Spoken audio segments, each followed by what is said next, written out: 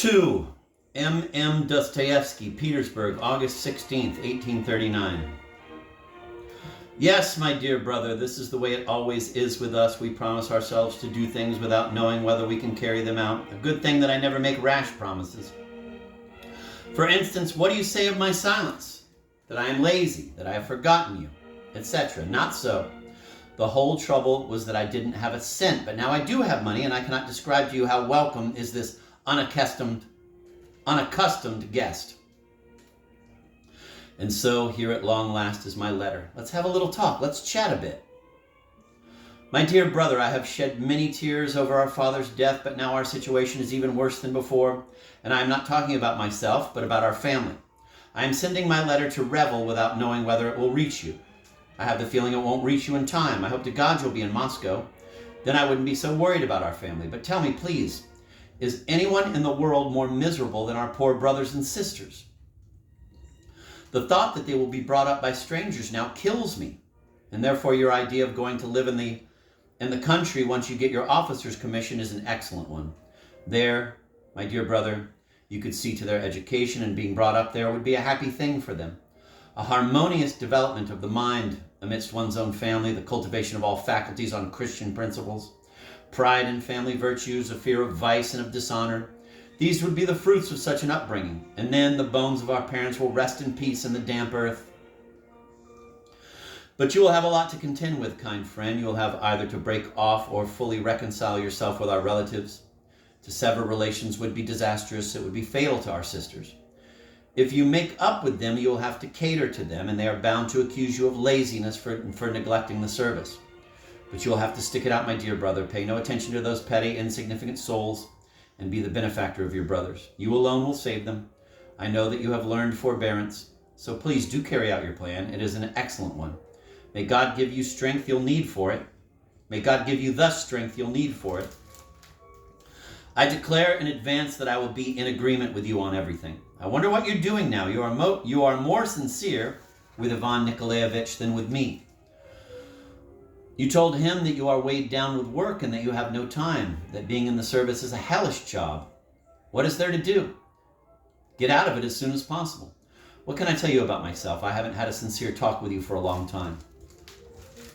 I am not sure that I am in the right mood just now to speak to you about that. I don't know, but now, much more often than before, I am completely indifferent to everything around me. On the other hand, the moments of awakening are more violent. My one aim is to be free.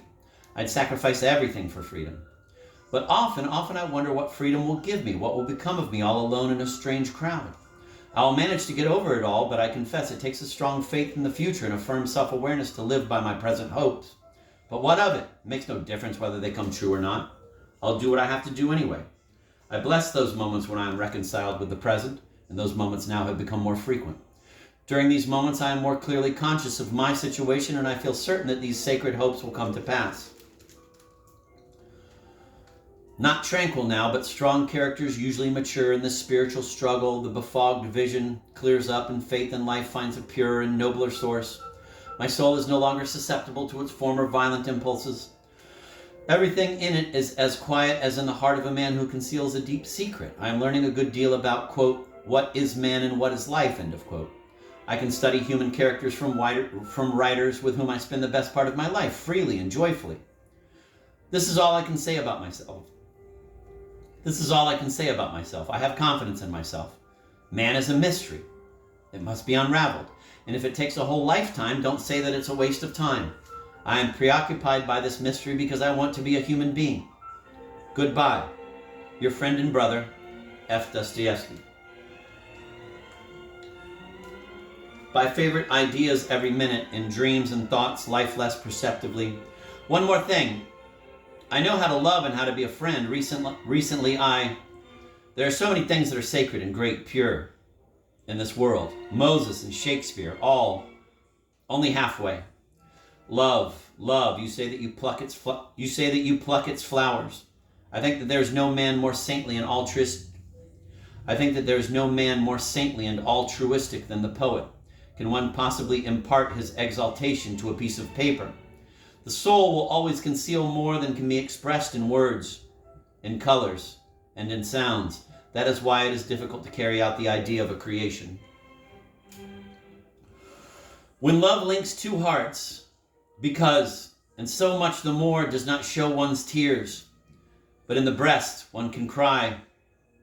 One must have Christian pride and faith. Use something about M.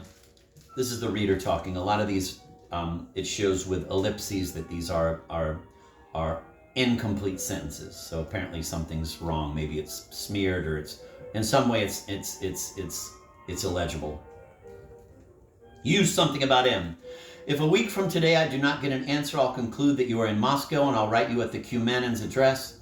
Write me at length what arrangements you have made and what arrangements the others have made. I await your answer impatiently. Now, my dear fellow, there will be no halt in our correspondence. Soon I'll send you a package of books. Write.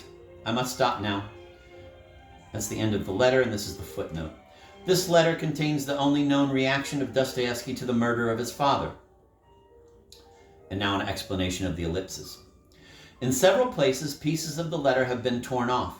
Along with the original, there was a copy in an unknown hand. On this copy, the missing words were replaced by penciled in words, which are here given in brackets. The passage that follows the signature was written on the margins of the first, second, and third pages of the letter,